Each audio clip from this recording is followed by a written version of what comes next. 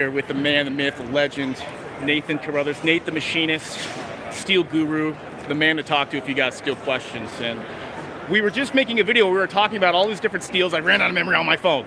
So we decided to go live, and we were talking about 3V, 4V, crew wear, and even the new Magna Cut. But if it's okay with you, I mean, would it be all right if we just started back over at 3V? The 3V? Yeah, so what are your thoughts on 3V? Those of you who don't know, Nate is actually a legend when it comes to 3V. He developed a very special protocol with 3V that no one else was doing. He was able to push the edge stability on this steel. No one else was able to get that much. He was able to get the toughness, the strength, and he also uses 4V as well, but we'll let Nate talk there. I just wanted to give him an intro.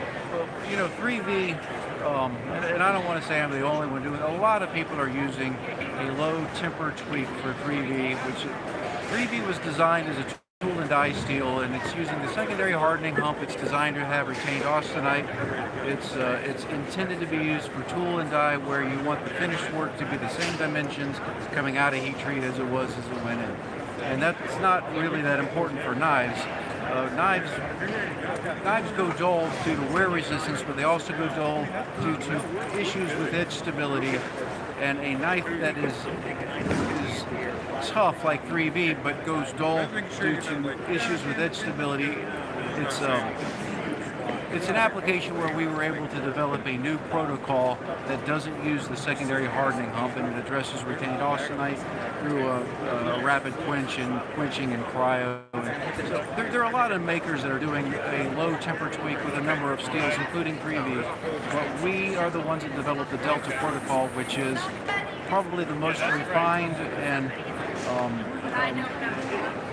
we've worked out all the bugs, and we have a very reliable product now that it gives you the edge stability of a simple steel and the wear resistance of a vanadium tool steel, and allows us to make some of these pretty tough knives that are able to be used in rough applications and maintain a sharp edge. And you were saying those were great for general users. And also, yeah. I mean, we got to bring up that you guys did very well with blade competition this year in Atlanta. Oh, yeah. So our whole shtick, our company is based on trying to optimize geometry and metallurgy and the ergonomics of the knife.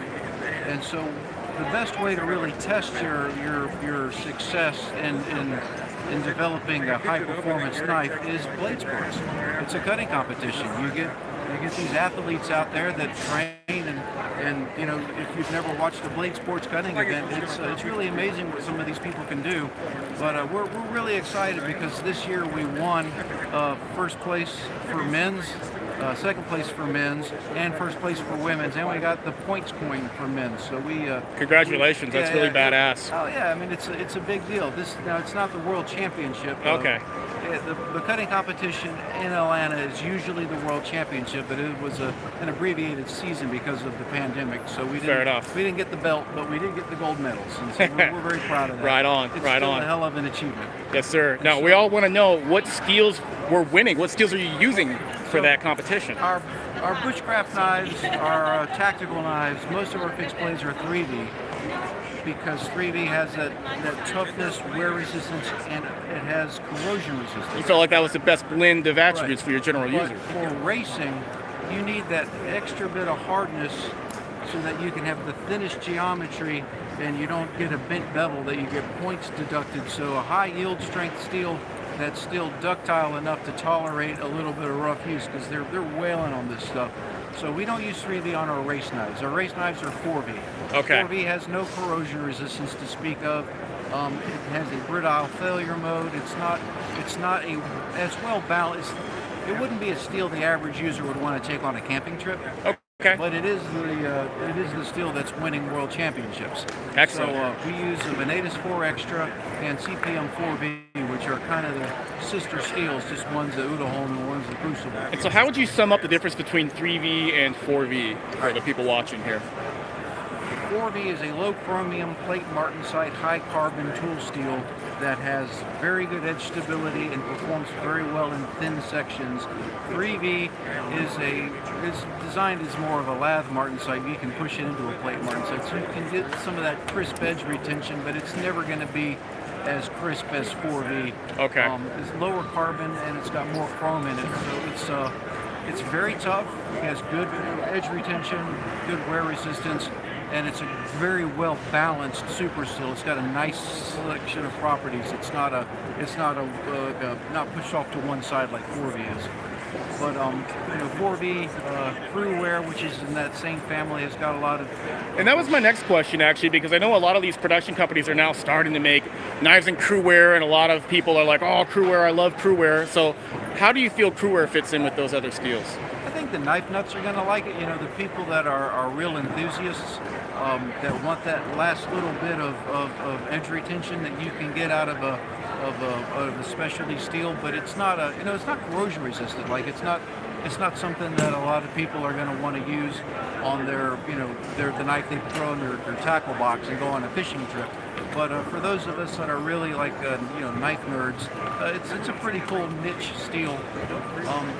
The coolest thing that's coming out of Crucible right now is they've really made I don't want to say it's revolutionary, but it's the first real. Oh, I know where you're going with this. I wanted to ask you about that. The CP of MagnaCut. Blair and Thomas developed MagnaCut for Crucible, and Crucible, they've been around a long time. They're an old knife company. They're an old steel company. They've done a lot of things for a long time, and they're real well known in the knife industry.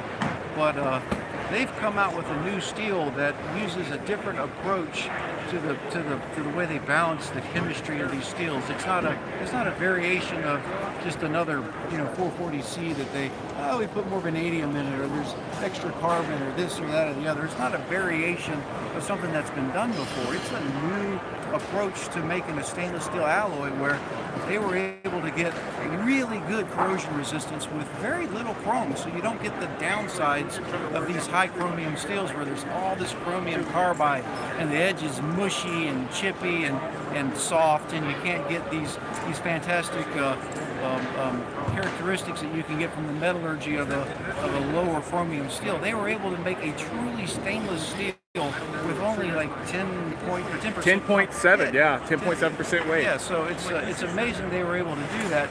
But Laren was able to figure out.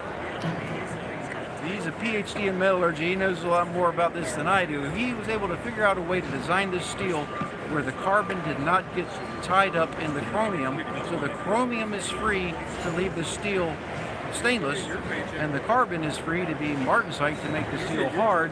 And they've got nitrogen and niobium, and they were able to get the hardness not just with the carbon, but with some nitrogen as well. So, he solved a problem, and it's revolutionary. I don't know any other steel that works the same way as this, and I think you're going to see it. It's gonna revolutionize the industry and reinvigorate Crucible as a modern steel manufacturer that's very relevant in this competitive steel industry today. Well, that's pretty goddamn exciting. I mean, knowing how you are with wanting to chase the ultimate performance with your knives, with the heat treatment and geometry, etc., how do you think MagnaCut's going to fit in with your knife line? Well, I can't say for certain because we're still testing it. Okay. We didn't get enough of the raw material to exhaustively develop an optimized heat treat for it.